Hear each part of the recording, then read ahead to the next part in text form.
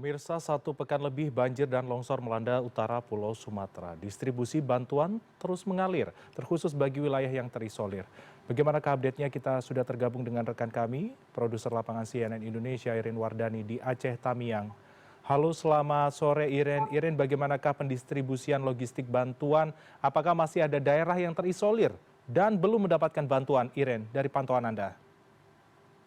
Ya, selamat sore Freddy. Kalau kita berbicara mengenai daerah terisolir, sampai sekarang memang ada beberapa wilayah di Aceh yang memang masih membutuhkan bantuan atau distribusi logistik dengan cara lewat udara. Seperti itu. Tadi saya berkunjung ke Aceh Tamiang, dari Banda Aceh, kemudian kami mampir di Bandara Kuala Namu dengan menggunakan helikopter, dan kemudian pergi ke Tamiang juga dengan menggunakan helikopter, karena meskipun jalur-jalur Tamiang sudah bisa lewat darat, tapi itu terbatas, Freddy.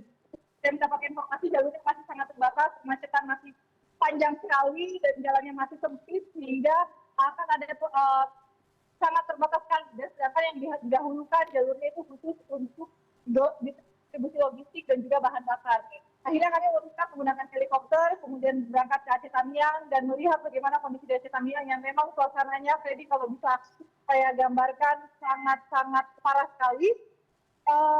Kota-kotanya sudah tidak berbentuk, dipenuhi lumpur, dan kalau bisa saya gambarkan, bahkan rumah sakitnya itu melebihi mata kaki saya, hampir mencapai lutut saya. Lumpur setebal itu ada di rumah sakit, karena memang tadi saya berkesempatan untuk berkunjung melihat bagaimana rumah sakit di Aceh Tamiang itu sedang bersih-bersih, karena dari pemerintah sendiri, dari kepala BNPB dan juga dari pemerintah kabupatennya menargetkan rumah sakit di Aceh Tamiang, RSUD Aceh Tamiang itu harus segera beroperasi dalam waktu 3 hari. Jadi ini dari lebih dari 1 minggu pasca bencana tentu saja banyak terjadi munculnya penyakit-penyakit wabah pencernaan, gatal-gatal, pernafasan, dengan kondisi Aceh Tamiang yang sangat parah sekali. Jadi lumpur yang berubah jadi debu karena kami harus memakai masker setiap jalan, dan juga cuaca yang panas sekali, dan juga aroma yang tidak sedap muncul ketika alat berat itu, kami saat tadi melewati beberapa jembatan,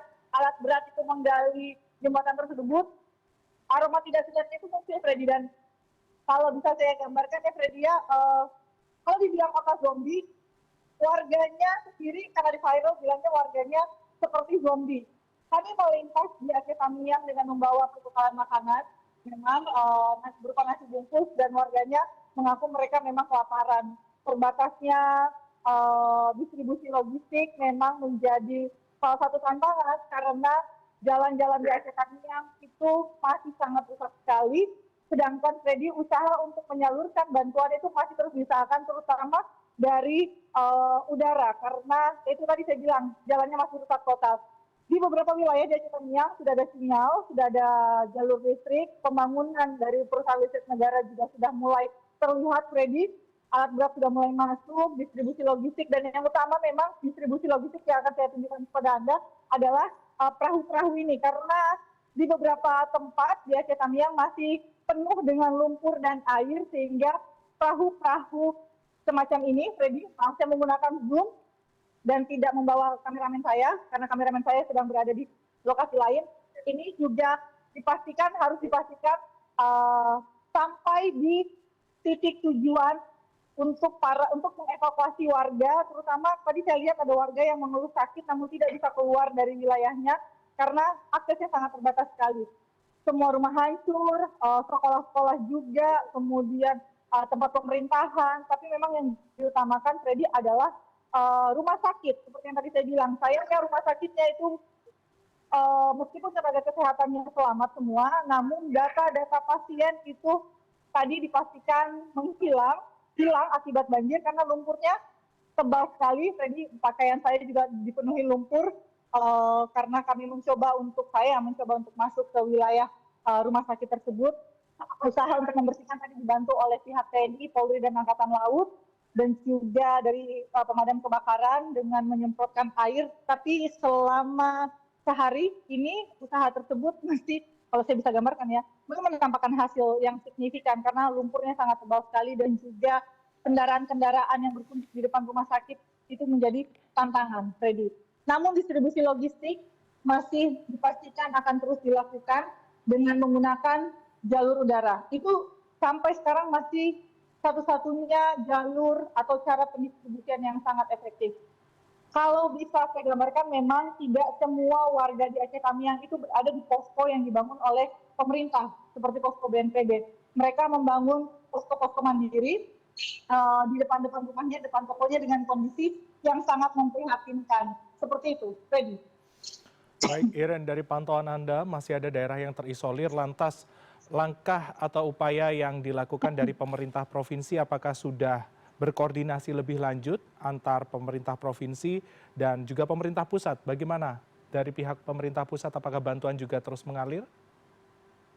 Ya, bantuan terus mengalir. Kalau untuk wilayah Aceh sendiri, Freddy, bantuan dibagi dua. Ada yang didistribusikan untuk Aceh dari Bandara Kuala Namu, tempat saya berada. Sekarang saya ada di Kargo Bandara Kuala Namu. Bantuan-bantuan ini khusus untuk wilayah Aceh yang sangat dekat dengan Sumatera Utara atau dengan Medan, yaitu wilayah Takengon dan juga wilayah Tamiang. Beberapa juga akan dikirimkan ke wilayah Singkil. Sedangkan untuk di Banda Aceh sendiri, tepatnya di Lanut Sultan Iskandar Muda, itu adalah wilayah-wilayah Aceh seperti Gayo Luwes, Temawe, kemudian di beberapa daerah yang terisolir, Freddy, itu memang lebih dekat dari Banda Aceh.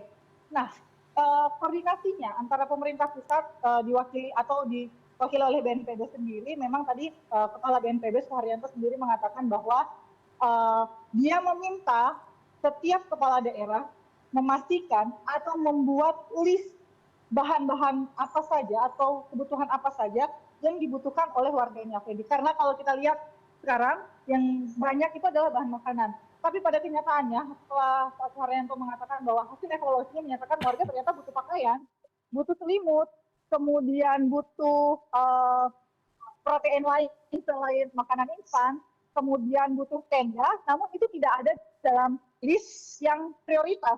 Sehingga tadi ditegaskan ketika bertemu dengan Bupati Aceh Tamiang, dia meminta setiap pemimpin daerah atau kepala daerah itu membuat list dan diserahkan kepada tim BNPB sendiri, terutama seperti perahu karet, mesin penyedot air, kemudian alat pemotong kayu, alat berat, itu semua harus di-list karena kalau tidak distribusi logistik yang dibutuhkan itu tidak akan tepat sasaran atau bahkan tidak akan berguna di lokasi-lokasi, terutama lokasi terisolir. Karena jika kita hanya memberikan makanan saja, itu makanan cepat habis, kemudian namun areanya masih terisolir, kebutuhannya juga tidak ternyata benar-benar diperlukan oleh warga seperti pakaian, baju dalam, popok bayi dan juga selimut seperti itu juga sebenarnya yang dibutuhkan oleh warga. Bahkan tenda pun itu diminta untuk segera didistribusikan secepat mungkin, Fedy.